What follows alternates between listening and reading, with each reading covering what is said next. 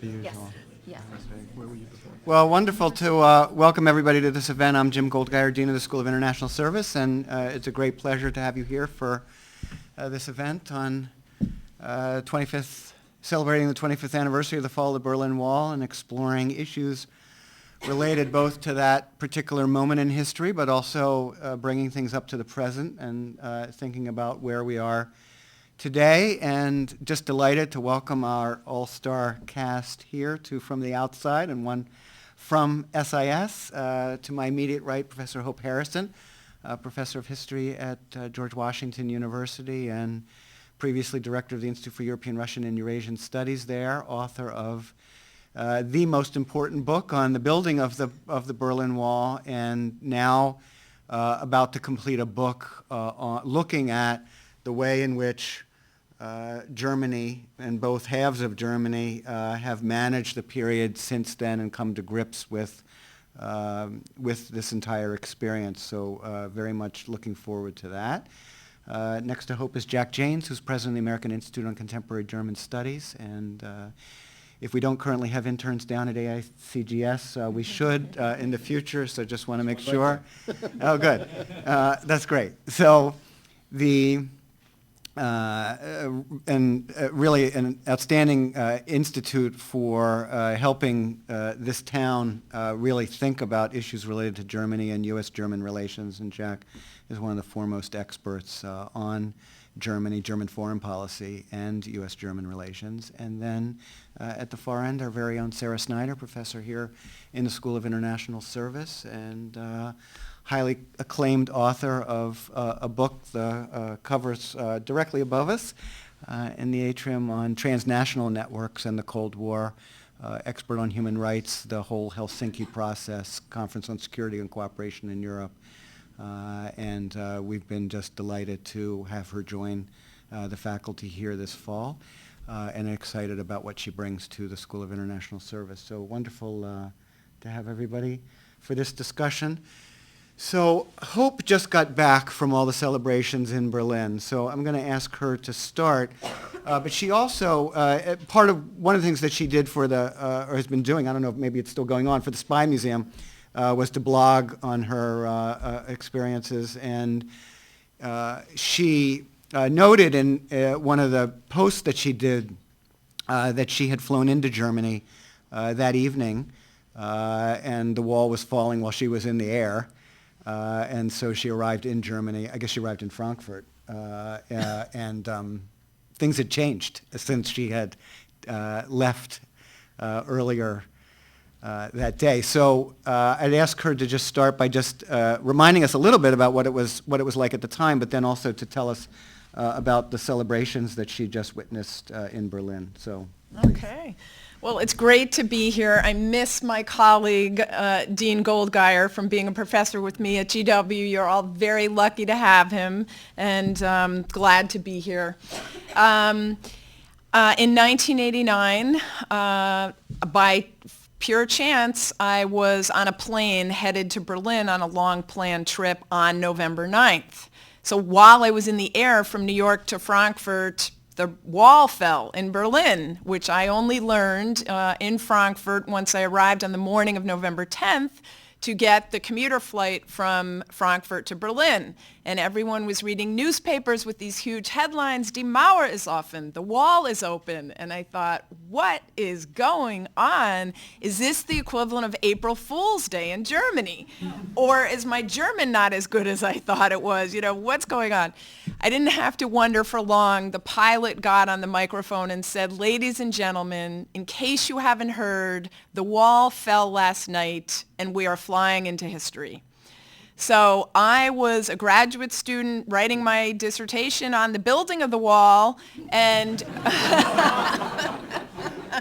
and frustrated because, good thing you were, yes, right. because I wasn't getting any good documents, and I had no idea that this would all mean that the Cold War would end, the archives would open, and I would in fact be able to tell the story of the building of the wall in 1961, which stayed up for 28 years with armed guards and a shoot-to-kill order, killing at least 138 people who tried to escape across the wall in Berlin.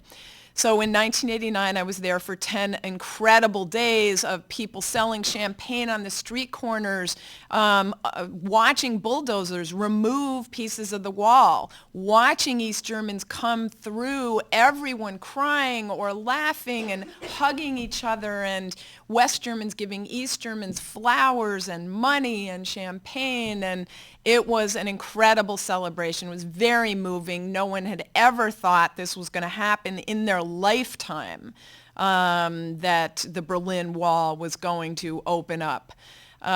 So it was a great experience, and I was very happy to be back in Berlin now as they celebrate that 25th anniversary.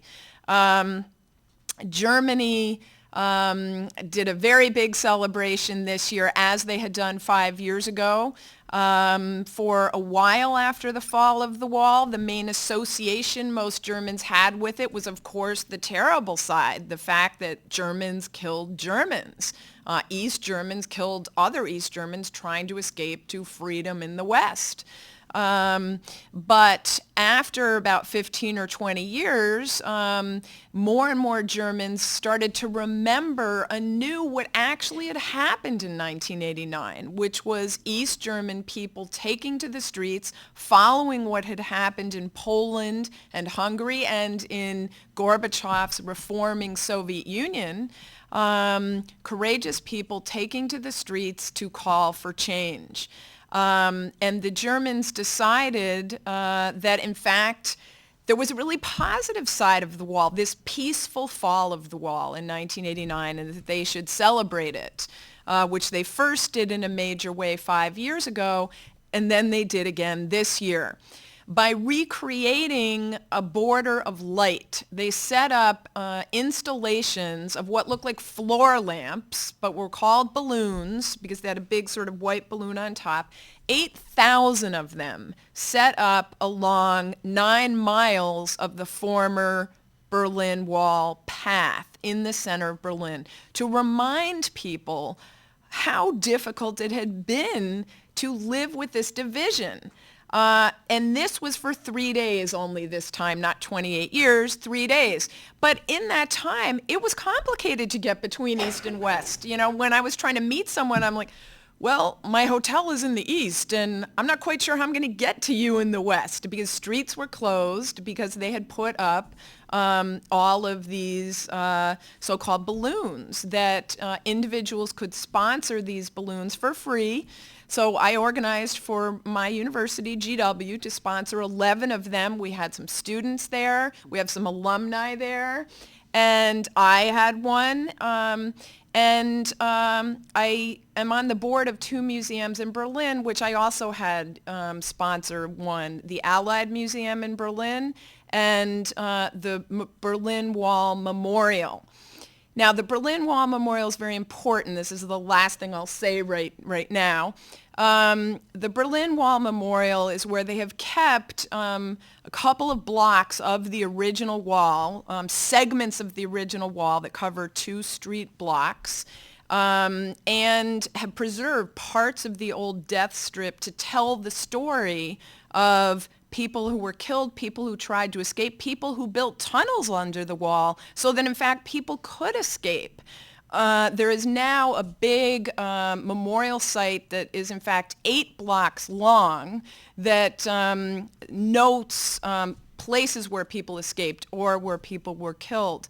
Well, the man behind that move to say, we can't just forget this part of our history. We know the point everybody wanted was tear down this wall, but we need to preserve part of it. And most Germans didn't want to do this. But Manfred Fischer, who was the pastor of the church located at that site, literally stood in front of bulldozers a few months after the wall came down to stop them from removing these pieces of the wall, saying, we have to preserve some part of this as a memorial. And it is now a major memorial that is very important. So one of our balloons I dedicated to him because he died suddenly a year ago of cardiac problems, and he had invited me to be on the board there. Well, the story I have to tell you is that to each of these messages, to each of these balloons, you attached a message. It couldn't be any longer than 250 characters. And you attached a message to the balloon, and at a certain point on the night of November 9th, while an orchestra was playing Beethoven's Ode to Joy at the Brandenburg Gate, we all started to release our balloons. We were given a lever. We just had to pull it down, and the balloon would be released. Biodegradable material. The Germans are very environmentally conscious. So what's happening now is that the messages that people attach to these balloons are landing all over Berlin. Well, the most extraordinary thing happened. The widow of Pastor Manfred Fischer, who's the reason the memorial existed, and our balloons were right in front of the church where he was the pastor. The message from one of the GW students landed in the garden of his house yesterday and was found by his widow, who was just incredibly moved. And the message said, the fall of the wall was one of the most significant events in the 20th century. So it was a wonderful moment celebrating this peaceful fall of the wall. Wow.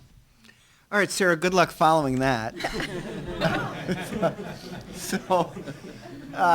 So as I mentioned, Sarah is an expert on the transnational networks that developed throughout the region. And so, it wasn't just events taking place in Berlin in November. There were things going on all across Central and Eastern Europe during 1989. And so I want to ask her to put this in that context of what else was taking place. And also, we've been reading a lot recently, especially since Mary Serrati, a historian, has been writing about the accidental way in which the wall came down and the mistakes that were made by particular individuals in Germany. And there it was open, which means that it didn't have to turn out that way. Other things could have happened in Berlin and in Germany during that year. And so just ask Sarah to put it into some context for us, given the broader movements that were taking place. Mm-hmm. Well, I think it's very important that we, particularly in SAS where there haven't been as many historians previously, that we mark these historical events and that we reflect back on them.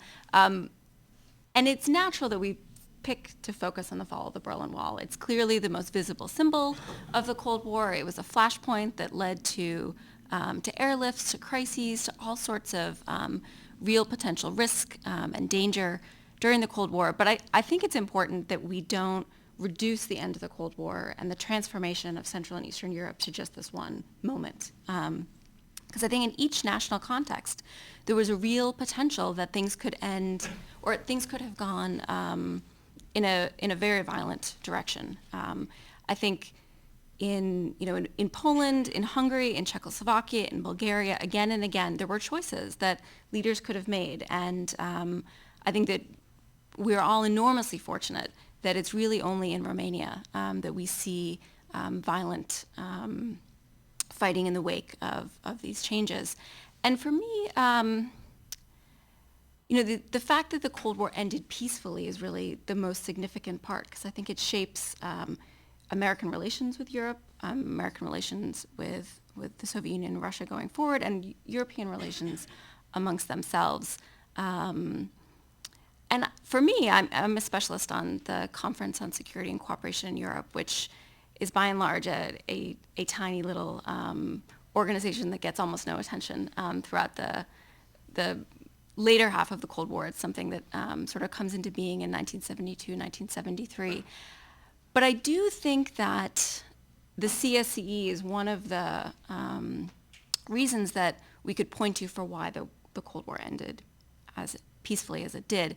And part of that, I think, is that there was a forum in which diplomats, it was 35 European and North American countries who were parties to the CSCE, and their diplomats would meet in these extensive meetings. They weren't intended to be so lengthy at times, but say they met in Madrid from 1980 to 1983. They met in Vienna from 1986 to 1989, and there was a pattern of regular interaction. And I think that this helped forge connections, which meant that there could be potentially greater trust between East and West, that there were personal relationships that were developed. But I also think that these conferences pointed out the real stakes to Eastern European leaders if they cracked down violently, particularly, I think, in the wake of the imposition of martial law in Poland. And so I do think that because of these conferences, and certainly other external events, the risks of cracking down were known. It doesn't mean that they weren't contemplated. And this is one of the things that I found most interesting in reading Mary Serrati's recent book, was the extent to which leaders in East Germany were not only just reaching out to the Chinese leadership to sort of look at what had happened in the crackdown at Tiananmen, but using their relationship with Chinese leaders to send a message to the East German people about how dangerous it could be if they did protest, and really how close, at least in the GDR, things came to turning out very differently. Protests in Leipzig, in which was very contingent, the chances that they could have ended violently. So yeah, I've sort of, I guess I want to emphasize that the fall of the Berlin Wall is an important event that we should mark, but we need to think about it in a much broader context and realize that at each point, just because the wall fell didn't mean that in the next few places things would end as peacefully, and champagne and flowers and parties and hugs. There were still really great risks that were involved. Great, and Jack, this also leads to the issue that while we focus, when we think about 1989, we see all the videos, people standing on the wall and all the excitement. There were, in other capitals of Europe, not as much excitement. And particularly in the United Kingdom, Margaret Thatcher, and in France, Francois Mitterrand were less than excited about not necessarily about the fall of the wall, but about what came after and the move toward German unification. Because even when the wall fell, people weren't talking about unification right away. I mean, there was, the wall fell. You then have Chancellor Kohl start to, events are really pushing the leaders to have to respond to what's going on in the ground, and all of a sudden, unification is on the agenda, and the 2+4 talks get underway. But you had this concern in Britain and France. Okay, well, wait, what does it mean if Germany is united again? What does that mean for us? And I remember, I was in my late 20s at the time, and friends of mine at the same age in Germany were really quite hurt by the reaction in places like France and the UK. Like, wait a minute, so we've been, West German friends, right? We've become this great democracy. We're good members of Europe, and you think that if we're unified, we're suddenly going to be Nazis again? It was a really challenging time. And it has meant that Germany since then has really had to evolve as a certain type of leader within Europe, and evolving as a European power, evolving within Europe as a leader. And if you could talk a little bit about that evolution. And now we're in a situation where the United States in particular really wants to see Germany, but the Radek Sikorski and others from elsewhere in Europe, Poland, elsewhere, looking for Germany for leadership, and concerned now that Germany isn't going to be enough of a leader. So if you could tell us a little bit about that. Thank you, Jim. I think these moments in time always bring, for me, certain sentences that always come back to haunt me, and one of them is by Fritz Stern, who once said, "When Germany thinks of its future, others think of its past." And I think that to some extent that haunted the Germans right at the beginning. And the question was going to be, how were they going to be united, the biggest country in Europe, obviously population-wise, and to some extent all of those ghosts were going to come up, and they were haunting Thatcher and Mitterrand. Someone, it wasn't Mitterrand, but the French official who said, "I love Germany, I'm glad there've been two of them," that had all been circulating, and that stuck. And I think that that's the reason why after '89, Kohl himself made a big push to get this whole business going with Germany within Europe, so that there wasn't this sense that Germany was going to be on its own. It's not going to be its own actor on the stage. Rather, it's going to be embedded in Europe. That was why he pushed hard for the euro.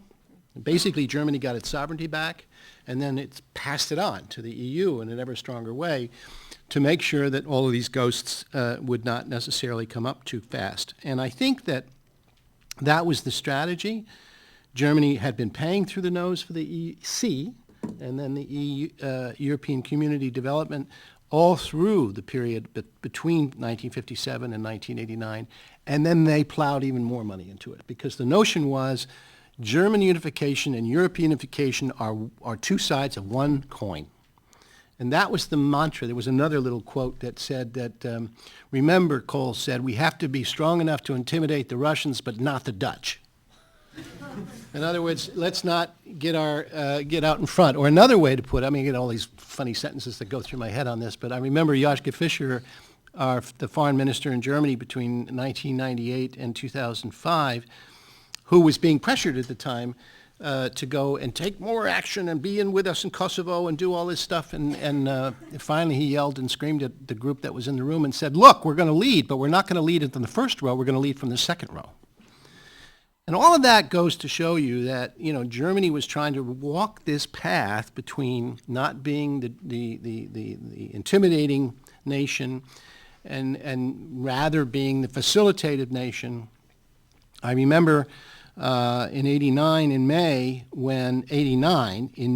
so we're not even at the wall yet, and President George Herbert Walker Bush, President Bush 1, was in Mainz, and he gave this speech to a bunch of people and said, in Mainz, in West Germany, and he said to everybody, assembled, we want to have Germany as a partner in leadership. Well, I was in Bonn at the time, and everybody said, what did he say? We're not leaders. I mean, think about the word that when you translate leadership in German, it's a little tricky. The Germans went screaming the other way, and they said, no, we're not that. And then there was the first war in Iraq, and Germany wrote checks and said, that's great, but we're not involved, And it took 10 years. And in that first decade after the wall came down, Germany moved from being this reticent, very uncertain country after unification to going into a shooting war in Kosovo under a red-green government. And so the steps that Germany has taken, I just wrote an essay called The Precarious Path, Germany's Precarious Path to Leadership. It's been precarious because they want to stay on the one side of the ledger saying, we're not threatening anybody, we're part of Europe, we're not going to go out on our own, we did that once before. The mantra was, never again and never alone. So that means that Germany was trying to say, it's okay, folks, we're part of you, you're part of us, we're all in one big boat, and we're helping, and by the way, we're going to pay a quarter of the budget. Well, I would say now, Germany is a leader in partnership. Now, there's a slight difference when I say that, because a leader in partnership doesn't necessarily agree with the partners all the time, including us, by the way.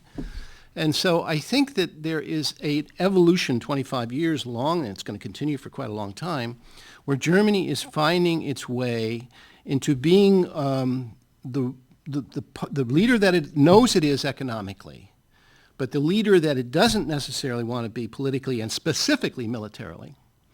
And that mix is still work in progress. And I know that, we were very much at the beginning, and I think that was much to our credit, standing firm with Germany, saying, come on, let's get this done. Unification is a good thing. Don't worry about the Brits and the French. We'll take care of them. And 25 years later, I think that Germany feels a little bit more comfortable and certainly more self-confident than it did in 1991. But still there is this sense of saying, but we're not really in a position to do what many people want us to do, whether it's taking the role of being tough on Russia or whether it's being, taking on any kind of military capacity or, shall we say, power projection. The German public is not there yet. And in that respect, I think it reflects the division still to this day between East and West, because there is no consensus on that. But it's inevitable, I think, in this point in time, in this particular juncture in 2014. One of the things that's been permeating the German debate in 2014 is remembering 100 years ago. Everybody's read that one book, Sleepwalkers. They're all saying, oh, we don't want that again. And so I think that anniversary has just as important as the 25th anniversary. So Germany is still saying, I'm not sure exactly where we're going to go here, and it's precarious, and it's precarious because there are still people out there that wonder, are they on their own? Are they going to be with us? So I think it's an evolution that continues to occur, and I think, quite frankly, just to end, Merkel as a chancellor embodies that, all of it. Careful, not too aggressive. Let's see how things work out. People get what they vote for. They got Merkel. That's what they wanted. It's interesting, and I can't help but marvel as I have three such tremendous experts here, just how important it is to have expertise in these particular issues in countries and regions and understanding cultures and politics, because I will never forget in the fall of '90, during unification, there was what's now called the NewsHour and used to be called the McNeil-Narrow NewsHour on PBS. There was a discussion with a leading international relations scholar who was writing a lot in that period about why we would all be nostalgic for the Cold War, and the German ambassador. They were both on the show. And the IR scholar was talking about how, with Germany unified, it will inevitably develop nuclear weapons. And the German ambassador said, you don't know anything about Germany. Germany is not going to be developing nuclear weapons. And the response was, I don't need to know anything about Germany. I'm an expert in international relations theory. So, and the German Constitution prohibits having nuclear weapons. Can I follow up on something? You may follow up on anything you want. And yes, I wanted to then, and after you do, what I would like to do is bring in the Russian part of this, both then and now, in terms of the reaction at the time and sort of how the Russians are looking at what's taken place, and the relationship between Russia and Germany, which had been extremely positive because of the economic relationship, but Chancellor Merkel has been very tough. Tougher than most people expected. I'd be interested, Jack, in your sense of whether she's been tougher than you had expected with respect to sanctions policy and sort of where we are now on German-Russian relations. But so I'd love to follow up on what Sarah was talking about with the context of the events in 1989, and also make a bridge to 2014, the Central East European context of solidarity first,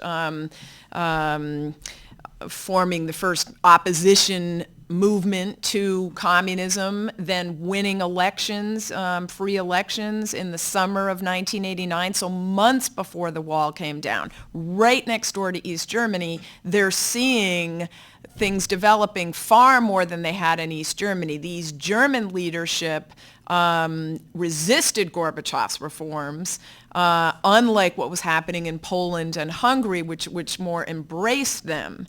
And also, the Hungarian regime opened its barbed wire border with Austria, allowing that to be one of several escape routes that East Germans took in 1989 when they went on vacation to Hungary and then happened to cross the border into Austria and on into West Germany, where they got West German citizenship.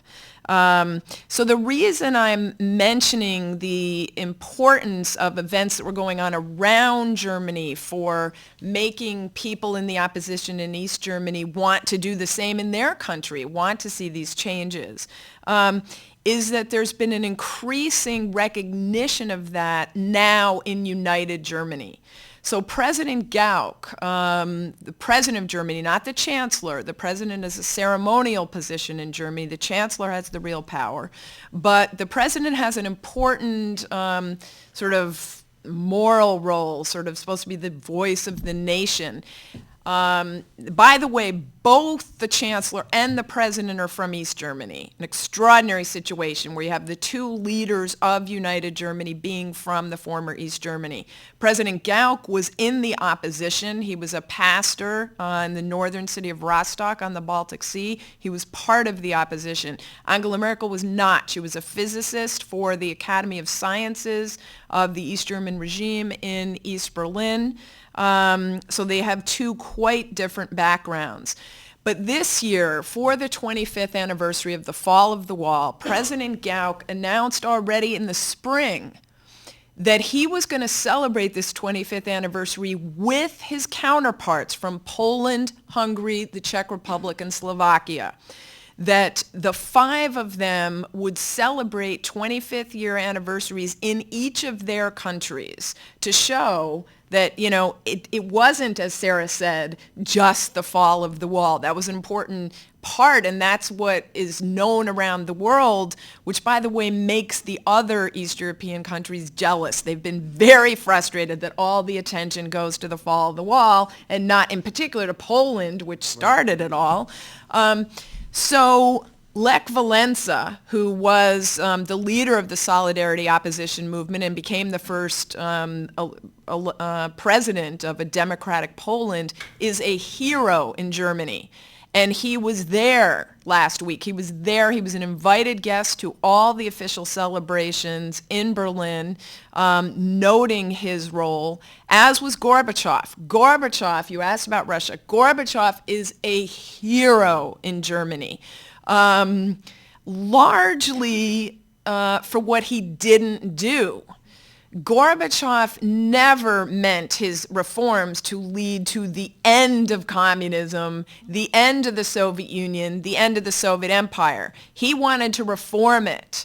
But what he's remembered for in Germany is the fact that he didn't stop these demonstrations. He didn't insist on closing the wall back up. And he ultimately let go of East Germany and let it unite with West Germany on Western terms.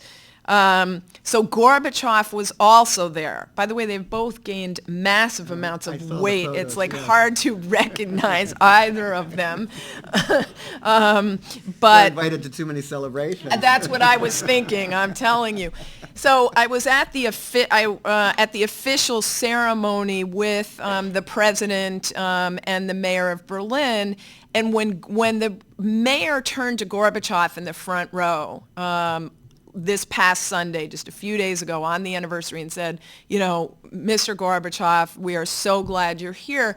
Everyone stood up. I mean, there was a long, long applause for Gorbachev. He is absolutely a hero in Germany. So is Lech Walesa.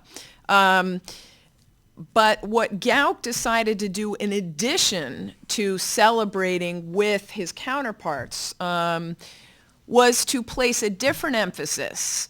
They did not all meet this past Sunday on November 9th to celebrate the fall of the wall. They met a month ago on October 9th in Leipzig to celebrate for what many Eastern Germans was the turning point, not the fall of the wall. Because on October 9th, 1989 in Leipzig, in the regular Monday night demonstration of people calling for reforms in Leipzig, the leadership had put out all sorts of indications that there was going to be a Tiananmen Square type crackdown. As Sarah said, things could have gone differently, and it's a miracle that they didn't. They said, you know, they were stockpiling body bags, extra plasma in hospitals. Everyone was very worried. I've interviewed many people who took part in this demonstration, and they said, you know, everybody told us, you know, don't go, there's going to be a crackdown, it's going to be dangerous.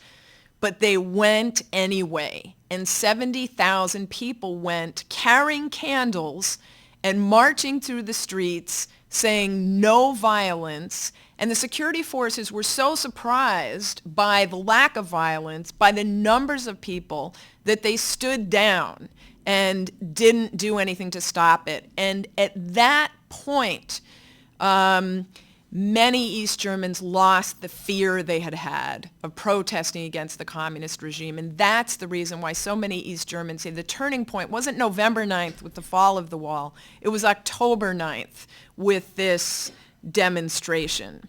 But the broader context of what was going on in 1989 surrounding Germany is something that the Germans really are increasingly marking now, as they did with this anniversary. And I think it's part of this issue of don't go it alone. You know, I mean, they finally decided 5 years ago they felt comfortable expressing pride and, in fact, celebrating something in their history, namely the peaceful fall of the wall. And you heard many German politicians saying, you know, finally, we have something in our history we can be proud of, and, you know, we're going to celebrate these courageous East Germans who took to the streets. But there's always a sense, you know, we don't want to be too out there. We don't want to be too proud, and we're not going to do this just on our own. We're going to do this with the countries that were so important to us 25 years ago and that are important allies to us now. So, Sarah, why didn't Gorbachev crack down? Why didn't Gorbachev crack down? I mean, I think one of the reasons was that there was too much to lose. I mean, people talk about why did détente end, this sort of period of negotiation and relaxation that characterized East-West relations for most of the 1970s. And, you know, I think that one of the reasons that the Soviets invaded Afghanistan was that there wasn't very much to be lost, you know, if the United States did react very strongly. Whereas here, there was a whole system of relationships that had developed that were organized around increased trade, access to Western technology, arms control negotiations. And I think that there was a real sense, personally, I mean, I think that Gorbachev had a personal aversion to violence. Mm-hmm. I think he was very uncomfortable when forces within his country cracked down in places like Georgia. Mm-hmm. So I think it's partly about his own personal ideology, but I also think it's about the costs to the reform program that he had for the Soviet Union, and that it wasn't in the interests of the Soviet Union to maintain an empire by force anymore. And, you know, I also think that we haven't talked at all about the U.S. reaction and the U.S. role, but I think that this is something that George H.W. Bush recognized, that, and that's why, you know, he was really criticized in this sort of initial press conference that he gave after the fall of the wall, and then when he talked about the sort of significance of the wall in a Thanksgiving address a few weeks later, for not being more emotional, for not being more elated. The CBS reporter Leslie Stahl famously said, you know, the Cold War has ended and George Bush acts like he's asleep. But he was very concerned that there could be a conservative backlash against Gorbachev, that he could be pushed out of power, that his reforms would be imperiled. You know, he said, I don't want to poke a stick in the eye of Gorbachev. And so I think that not only did Gorbachev see real costs to a potential crackdown, but Western leaders also saw those potential costs and didn't capitalize politically on these events. They let them speak for themselves. And so I think because there was hesitance or reticence that was criticized at the time, events were able to move forward peacefully. All right, so Jack, the current president of Russia is no Gorbachev, and we have this crisis in relations, and this is one of Germany's most important relationships, the German-Russian relationship. So can you talk a little bit about where we are right now in that relationship?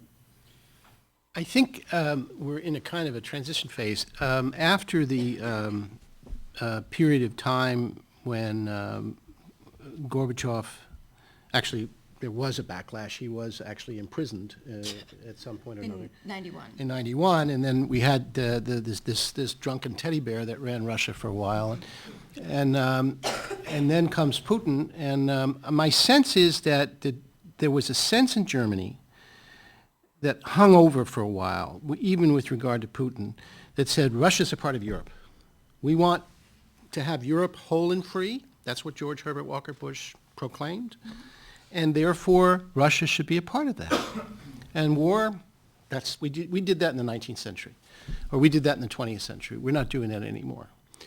And I think that there was this constant hope that that would be something that Russia would play into a Western sort of web and would become part of this Europe whole and free. When the Ukraine crisis began in February and then morphed into this situation that we have today, there were people that were saying in Germany, we caused that. There was this myth going around about the fact that we had decided that after the unification process there would be no troops, NATO wouldn't expand further to the east, and that we didn't hold on to that promise, forgetting conveniently that 10 countries actually wanted to be members of NATO. So I think that there was this disillusion gradually building up that all of a sudden happened when that plane was shot down over Ukraine. And at that point, there were voices in Germany that were so-called Putin-Versteher. I would call them apologists for Putin, saying, we've got to understand the guy, we're taking away his base in the Crimea. There were apologists that were trying to make the case. They went quiet. And I think that to some extent right now we're looking at a situation where Germans are appalled at the notion that the Russians didn't understand that war was not something that we wanted to do anymore. How could they not understand that? After all, Immanuel Kant said that we don't do that when you're at peace. So I think there's disappointment. I think there's, quite frankly, discomfort, and I think, quite frankly, as well, fear about where this guy's going. And so my sense is that Merkel has held strong. You're right about that. In other words, if it wasn't for Merkel, I don't think the EU would have gone to sanctions 3. My only question is, how long can this hold before this begins to kind of fray at the seams?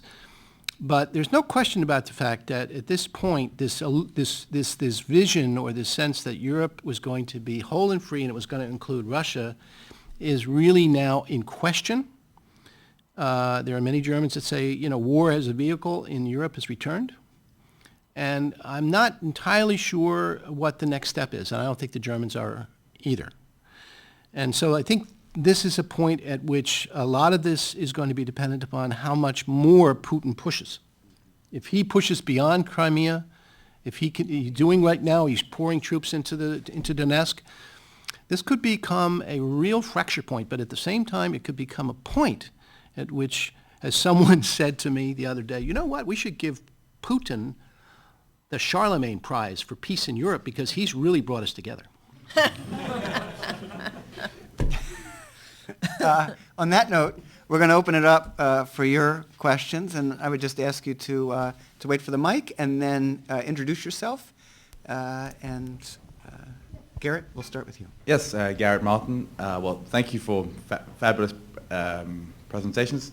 A couple of points. I think on the Gorbachev point about why didn't he crack down, also Gorbachev in '89 had a whole rhetoric about common European home and self-determination. So he was a bit of a prisoner of his own sort of rhetoric to a certain extent. I think November 9th, Germany can be prisoner of its own history. November 9th is the abdication of the Kaiser. It's also the beer hall putsch. So it's difficult to celebrate that date without certain ambiguities. But more importantly, Kristallnacht, 1938. Kristallnacht as well, of course. But 2 questions. First, maybe about the memory of the wall. Is the memory of the wall exactly the same in East and West Germany? I know there's no longer an East and West Germany, but there's still in practice in terms of, economic success and all. So is the Berlin Wall actually one of those memories that unites them because it's one moment of sort of sheer happiness? And the second question has to do about what are the lessons in terms of how policymakers nowadays refer to the Berlin Wall? How are they using it? How are they kind of framing or using it for current challenges? Great. Hope? The memory of the wall is different, but I would say the main dividing line is less between East and West than East versus East. Were you a victim or were you part of the system? That's much more the main dividing line, where people who suffered because of the wall and the regime or whose family members were killed trying to escape have obviously an incredibly critical view of it. Whereas you have some of the guys who are now, 70 and 80, but were, for example, the last East German defense minister, Heinz Kessler, who wrote a book saying the wall kept the peace in Europe. It was totally justified. It was a normal border like any other border. So there are definitely big differences, among particularly people who lived with it in the East. Does the memory of it unite them all? Then there are people in the West who never cared, not then, not now. People who didn't have family members living in the East. People who were maybe, the citation is always to Bavaria, wealthy southern West Germany. Feels far away. Unification, their lives didn't change. The wall fell, their lives didn't change, except, they have to pay more taxes to help build up the East. They don't like that. So, some people had no connection to it and so, don't really care. Now, the lessons they're drawing, starting 5 years ago, politicians, beginning with Angela Merkel and all the major politicians, repeated again over the past weekend, again and again lessons. Number one, what you thought impossible can be possible. So sort of don't give up. To message to people around the world stuck, in their own authoritarian regimes. Number two, democracy and freedom triumphed. That's what the people wanted, and this is what that shows. Number three, have to show young Germans now who've grown up since, without any of this, have to show them the difference between democracy and communism, or as they say, democracy and dictatorship. And there's sort of this implied lesson for Germany that's harder to act on, that they should help others in this way. Just as we, were able to get rid of our wall, there are all kinds of walls throughout the world, metaphorical and real that need to come down. And, we should help others do that. But that would then go in this more active German foreign policy direction. That's difficult. But I guess the final lesson is, the wall indicated the repressive nature of communism, and it shows how unsuccessful that kind of regime was, and that the desire for freedom was stronger than efforts to stop it. Jack, can you say a little bit of on Garrett's point, sort of how it's used politically today, and especially, we have a chancellor from the East. What difference does that make with respect to the leadership of Germany and how these issues are presented? And maybe broaden it out a little bit. Garrett alluded to the fact that there are differences in terms of, the economic differences that remain. There were a lot of maps that have been put out in the last few days showing these tremendous disparities, and that you look and you say, okay, there's West Germany, there's East Germany. That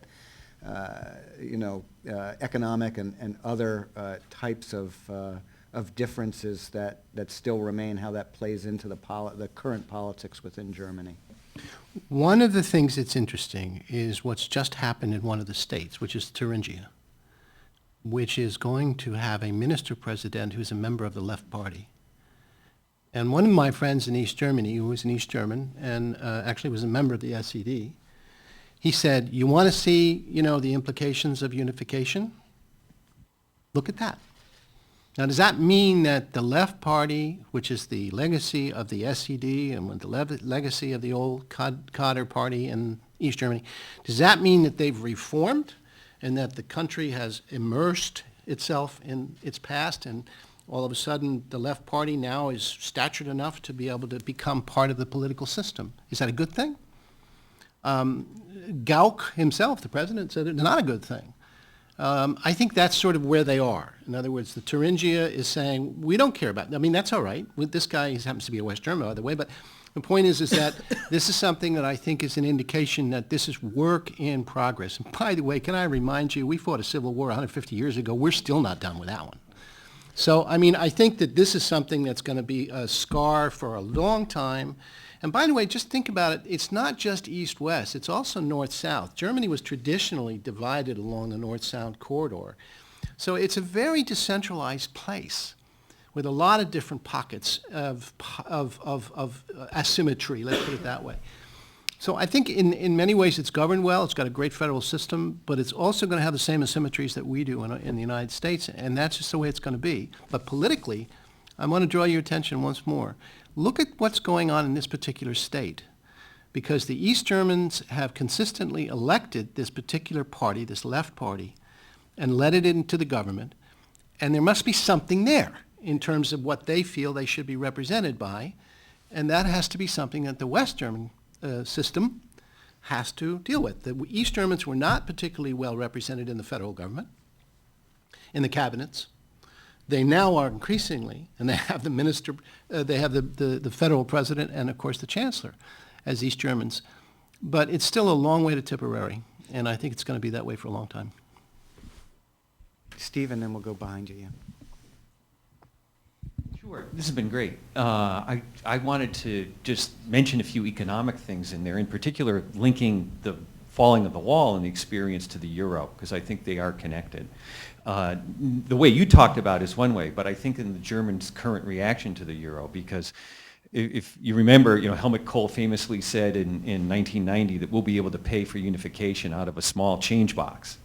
And in reality, 25 years later, it's been 1.9 trillion euros. Or if you do the calculation, it's 5,000 euros per year per person that has gone to the east. And that implication has, in the fact that the Germans are still paying the solidarity tax to this day, now it's at 5% per year, which is a surcharge on top of their income tax, has really made the Germans very allergic to the expansion of the Euro project and the Euro project becoming what they call a transfer union. So, when you're thinking about Germany talking about the Euro, a lot of how Germany has reacted to the implications of the Euro crisis has a lot to do with what happened with unification and how expensive it was. Absolutely. Okay. Hi, I'm a freshman at the SIS, and my question is that I'm glad we brought up the historical context, and my question would be, what is the future implication of the fall of the Berlin Wall? Because we can see in 1989 there's a lot of things going on. Fall of the Berlin Wall, there's many political transition in the East Europe and in China, Tiananmen Square, and we can see that we tear down the war, but there's still war around the world, like North and South Korea. That's the first thing that comes to mind. So when we jump out of the historical context and overview the whole thing is 25 years later, Germany becomes the most powerful economic power in Europe, and NATO stretches muscle, and now Russia is doing the same thing. So I'm confused. What's the implication of this? It's like Francis Fukuyama says, oh, liberalism wins and everybody's happy. That's pretty much not the case, isn't it? Anyone wish to take that one on? It's a good one for you. Well, I want to broaden it a little bit for Sarah, which is the part of the question sort of on thinking about, and it gets back to something you were saying earlier when we think about all the different events going on at that time and we think about similar events today. How do, and I would be interested to know at the time sort of, and then sort of thinking about today, how do leaders look at these, leadership elsewhere look at these kinds of events and draw lessons about them? And how do populations draw lessons? You were talking about the populations in the different countries. I mean, people were watching them. People had seen Tiananmen Square on June 4th in 1989. You mentioned sort of the correspondence between the East Germans and the Chinese. Today we've got all of these different movements that have emerged in the Middle East, and you've got reactions, very different kinds of reactions from different kinds of regimes. How, in your experience studying these kinds of transnational networks, how do these kinds of things play out in terms of the lessons that get drawn both by leaders and populations in different countries? Well, I would start by saying, and this is only a partial answer to your question, because as a historian, I can say things like, it's still too soon to tell. But for me, I think what we can see is the significance of 1989 is that peaceful political change is possible, that Tiananmen Square doesn't have to be the model, and that there are other alternative paths in which citizens at very low levels working together can affect peaceful political change and can transform their societies. So I do think that there was a chance that the example of China could have loomed large as a successful model that Eastern European leaders could have followed. And we could be talking about 1989 in a very different way. So that's my sort of small answer to your question about what we should see as the broader significance of 1989. And when I think about what we can take from 1989 as sort of broader conclusions that people are drawing, I mean, I think for me the most important is the extent to which, and here I'm talking about just the context of Europe, the extent to which East-West connections were really important. Whether it was the fact that people in Eastern Europe, either through access to foreign radio broadcasts, to limited opportunities to travel, to watching Western television programs, were aware that there was a different standard of living, were aware that there were different levels of freedom, and that they personally aspired to have a different life. And I would say together with that, that's sort of that there's rising expectations at the lower levels, but there's really interesting work that's been done about leaders who, when they were very young, say when they were university students, went on exchanges to the United States, to Western European countries, to Canada, and for a year, say, as part of these cultural exchanges, they experienced a very different way of life, and that it shaped their way of thinking about what might be possible in the future. And many of them came to power, and were in power in the 1980s, and I think you see this in particular when you look at the network that's around Gorbachev. And Garrett alluded to this common European home. I think just as easily we could say that there was a sense of a common Western home for some of these people, and that this was driving their hopes and aspirations for the future, and that eventually when they were in a position in which they were able to act in some way on these values, many of which had been kept hidden. Certainly I don't think that Gorbachev was elected to be General Secretary of the Communist Party in the Soviet Union because people believed that he, had very alternative ideas about the place of Russia and reforms.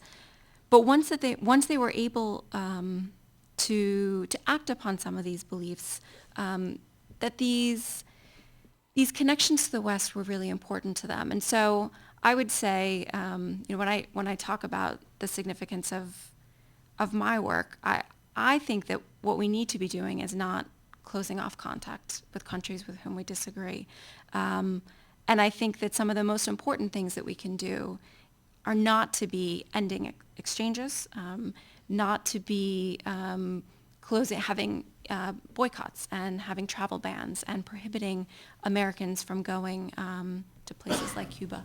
I think that what we've seen from this period of the late 1980s is that the spread of Western culture, of Western ideas, was really important for the changes that took place in Central and Eastern Europe. So that's the sort of broader conclusion that I would draw. Jim, if I could just say something, I just came back from Shanghai, and I was amazed at the dynamism, just the sheer presence of 1.3 billion people. But the other thing I was really surprised by was the sense of cynicism about the West. And there's a hell of a lot of conspiracy theories that are running around China about, who's responsible for Hong Kong. But the other thing was the last 5 years. In other words, the sense that we didn't deal with the crisis that we ourselves caused in 2008, 2009, and that the Western model is shaky, it's fragile. And I point to Hungary, and watch what's going on in certain parts of Europe that are saying, hey, maybe this isn't the only way down the road. And I got a feeling that that's something that's going to, that was the assumption that we made after 1991. There was a lot of hubris in the West. We won the Cold War. What the hell did that mean anyway? But the fact is that's the way we felt. And I think that to some extent now there is a challenge out there in China, in Russia, probably elsewhere, pick Brazil, where people are saying, just a damn minute, you don't have a lock on the future of this world. And I think that's an interesting challenge, particularly because we have fragility, we have vulnerability, we know that. But the question is going to be, how are we going to have that discourse? And in those years which you were just describing, there were, what is it? I don't know how many people were on the other side of that wall at that time. And they could see on the other side, and they said, I want a piece of that. I'm not sure what I just saw in China is that there are people sitting around saying, I want a piece of that. There are some that would like to come over here and send their kids here and, pick up whatever they can. But I'm not convinced that the Chinese that I talk to are as absolutely mesmerized by the United States as they were maybe 20, 30 years ago. Do you think part of that is because now they have a piece of it That's at right. home? They That's don't right. need to go. That's exactly right. But the question mark is, what are they going to say about what we preach, about the values that we say? What's the balance between liberty and equality? And they're going to say, you know what? Those kids in Hong Kong are spoiled brats. We got a law that we passed in 1997, and they're just simply saying, they're getting their scholarships. They're just brats, and they should go back to school and learn. I mean, it's that kind of situation, I think, that we have to come to grips with.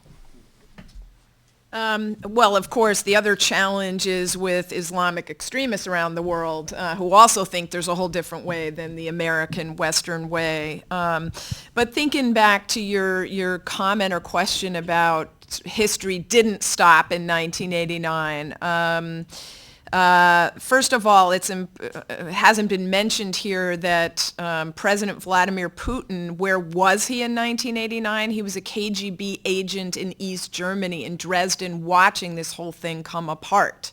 And that certainly is a part of understanding who he is now. You see what happened then and wants to do his damnedest to not let that happen anymore in Russia. Speaking of China, the Chinese have studied very closely, what the heck went on with Gorbachev losing control, and they've, trying to do everything different than Gorbachev so that they won't lose, the Communist Party and control of the country. Berlin, with sort of this message of the wall, both this year and 5 years ago for the 20th anniversary, there's been a Twitter site that the city of Berlin has set up for people around the world to send their messages about, how do they think of the fall of the wall. And 5 years ago, for the 20th anniversary, there were so many Chinese responses saying, we want walls to fall in China too, that the Chinese government, shut down access to that Twitter site. Also, for the celebration in Germany 5 years ago for the 20th anniversary, they had over 1,000 big styrofoam so-called wall dominoes near the Brandenburg Gate that were toppled This year, balloons went up in the air. 5 years ago, dominoes toppled, but they left the final domino, and now I forget whether it was China or North Korea, but they left one standing, saying, there's still non-democratic regimes that haven't been toppled yet. And speaking of lessons from all of this, the South Korean Ministry of Unification has hosted every German leader possible to learn how did this happen in Germany. What should they be doing now? What should they be doing to plan for whenever this happens with North Korea collapsing? So a lot of people look back at this, some to say, how can we make sure this won't happen to us? Others saying, are there ways we can try to mimic it and let this happen here? And finally, again, back to your point of, history didn't end, there are, as you mentioned, other walls around the world, other walls that have been going up. Now, most of those walls are completely different from the Berlin Wall because they're to keep people out, whereas the Berlin Wall was to keep people in. I mean, the closest thing is really the DMZ and the North Korean border. But, I mean, all the other borders are largely to keep people out instead of keep people in. Yeah, Patrick. Oh, and then we'll go over to you. I'm Patrick Burnett, senior here in SIS, and I just wanted to ask about what you all think about the future of German reunification within Germany, because even though, yes, we've seen a lot of progress in the East since '89, and yes, it is a very long progress, as Dr. James pointed out, you still see, I feel like, you still see a massive amount of brain drain out of the East to the West. You still see political instability at the local and regional level with, left parties and right parties, both, the NPD still holds seats in the Mecklenburg Landtag. So I was wondering, and even though there are policies in place such as the solidarity tax to try to help sift resources towards the East, we're still seeing really, it seems like Berlin and perhaps Dresden and Leipzig being the only areas where we really see economic growth and socioeconomic improvement. So what do you all think is the future of reunification domestically? That's funny. That's exactly what I lectured on today a few hours ago at GW, that very topic. First of all, the brain drain has stopped. All the years since unification, there were more people moving from the eastern part of the country to the west. That stopped last year. For the first time, more people moved from the west to the east. So that's very important. There are, the infrastructure, it's over $2 trillion that has been invested in the East. The infrastructure is phenomenal. There are these important centers, sort of a Silicon Valley type area in Saxony with Dresden and Leipzig. Incomes are still only like 70% of incomes in the West. But they're so much more than they used to be. So it is still a process of bringing the East up to the standards of the West. But as Jack said, every country has regional differences, and that's sometimes what I tell the Germans when they, sort of panic about this. I said, look at Italy, North and South Italy, the U.S. Most countries have regional differences, and so, there's no need to panic that, there's still some big difference between East and West, because things have gotten so much better in the East. And to the point that they're now, Angela Merkel's made it clear that when the current solidarity package plan runs out in 2019, that a future one starting in 2020 should be directed not specifically to the East, but should be directed to any structurally weak economic areas in the country that need economic aid. Just a week or two ago, there was an article in the Post comparing, I guess they decided to use Dresden in the East and Dortmund in the West, and, saying all the great things happening in city of Dresden, high levels of employment, education, all these great things, versus Dortmund in the West, where there's depression and, people living on the streets and this kind of thing. So there are many people in the West who are saying, we want a Soli now, we want this tax for us now. We had a question over there.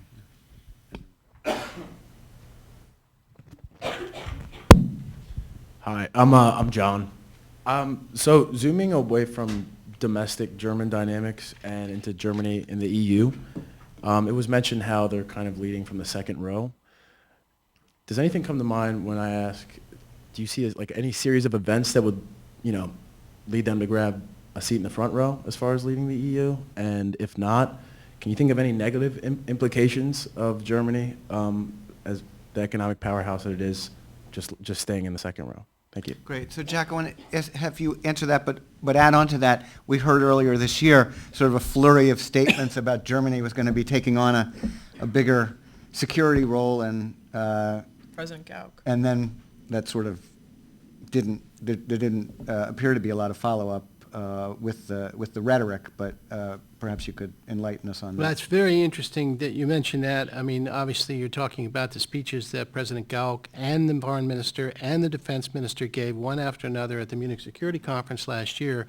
And I remember sitting there and saying, boy, that's really interesting. That's a real breakthrough. How the hell are they going to do this? And I think the question hasn't been answered yet in terms of power projection. They still got a public who's a little bit behind Mr. Gauck and not necessarily going to be following very quickly. I think it's interesting that question you raise reminds me of the fact that all these years that Germany, not only the 25, but before the wall came down, Germany was always reticent to seek out a position in the EU at a leadership position. They always left it to the French. There was always a deference saying, well, you guys, we don't need to have these top positions. And as a matter of fact, there were a lot of people who said that the Germans really didn't send anybody competent to Brussels. And I think that still remains the case. But here's the trick. The fact of the matter is that the EU is, I think, at a bit of a crossroads in terms of how much deeper and how much wider it can get. In other words, I always ask, what are the borders of Europe? And I think it's under pretty weak leadership right now. In other words, I think that the team that was just put together, what was it, last week before, under Juncker, and a few other of these unknown faces. I mean, look at the person who's in charge of foreign policy. It's not exactly a stellar group of leaders. And so I think that Germany recognizes that. And therefore, the implications of that weak leadership in Brussels is that Europe is still pretty much determined by the states, by the 28. The power that Brussels had or has, there is pushback and there is, a little bit more difficulty reaching a consensus as it would be with 28 countries. But the fact of the matter is that Germany hasn't looked for those slots in Brussels because, quite frankly, they're not as powerful as perhaps people think they are. So running Europe in the sense of, as I used to say, in Washington, people didn't dial the Brussels area code. They dialed 30 for Berlin before they decided which way Europe was going. I think that's going to be the case. Everybody's worried about Britain. What the hell's going to go on there? No one knows what's going on in France. And so really, when you think about it, when you look across the Atlantic these days, there's only one person who's been elected 3 consecutive times since 2005. And that woman is chairman of the board. And the board is made up of 28 different partners that are sitting at the table, and they're all waiting around to see what Germany does, especially on the economic front, not necessarily on the military front. But I think that's Europe. That's Europe today. And as long as that's the case, I think that Germany will continue to effectively, de facto, set the metrics for economic development, much to the absolute anger of many people in Europe. Look at the one of the editorials in the Washington Post today by our friend Charles Lane, condemning Germany for being so fixed on austerity. There are a lot of people that are like that in Europe. And that is the reason why some people, on the one hand, wonder, is Germany kind of being selfish at the moment with its economics? But the fact is that Europe's in a funk. And I don't know where it's going to go from here on in. And as long as that's the case, I think Germany can de facto remain chairman of the board without necessarily having the positions in Brussels. The only question that remains to your question is the fact that will Germany want to aspire to a foreign policy which carries a power projection with it, and it just does not have the public support for that right now. And they don't have a strong defense minister who is pushing that. And as long as that's the case, it's going to go down this precarious road between being the economic. We used to say that Germany was what was it, Steve? An economic giant and a political pygmy. I can't remember. Yeah, the dwarf. And I think that it's certainly an economic giant, but it's got a lot more political power than it had 20 years ago. But I don't think that Europe is going to be as attraction for Germany to exercise its power. It's going to come out of Berlin. It's going to leverage in Brussels where it needs to. It's going to directly, deal with its partners that are capable of dealing with. And as long as that's the case, I think it's in the interest of the United States to be looking at the states, but also looking at Berlin, because in many ways, economically speaking, certainly, so goes Germany, so goes Europe. And as long as that's not going to rip the community apart or the union apart, and of course the euro could do that if it begins to really suffer, Germany will glide down that path without having to make the decision that some people are saying, you got to do more. It may say, no, we'll just do what we're doing now. We're fine. We have time for one last question, and I think there was one in the back. Was there somebody in the back? Yeah. Go ahead. He asked my question already. Oh, all right. Do we have anybody else then who want to ask? Well, in that case, I just want to thank all our panelists, and it's been a really great conversation, enlightening, and thrilled again that Sarah's here, and excited that we were able to bring in Jack and Hope from downtown. And thank you all very much for coming.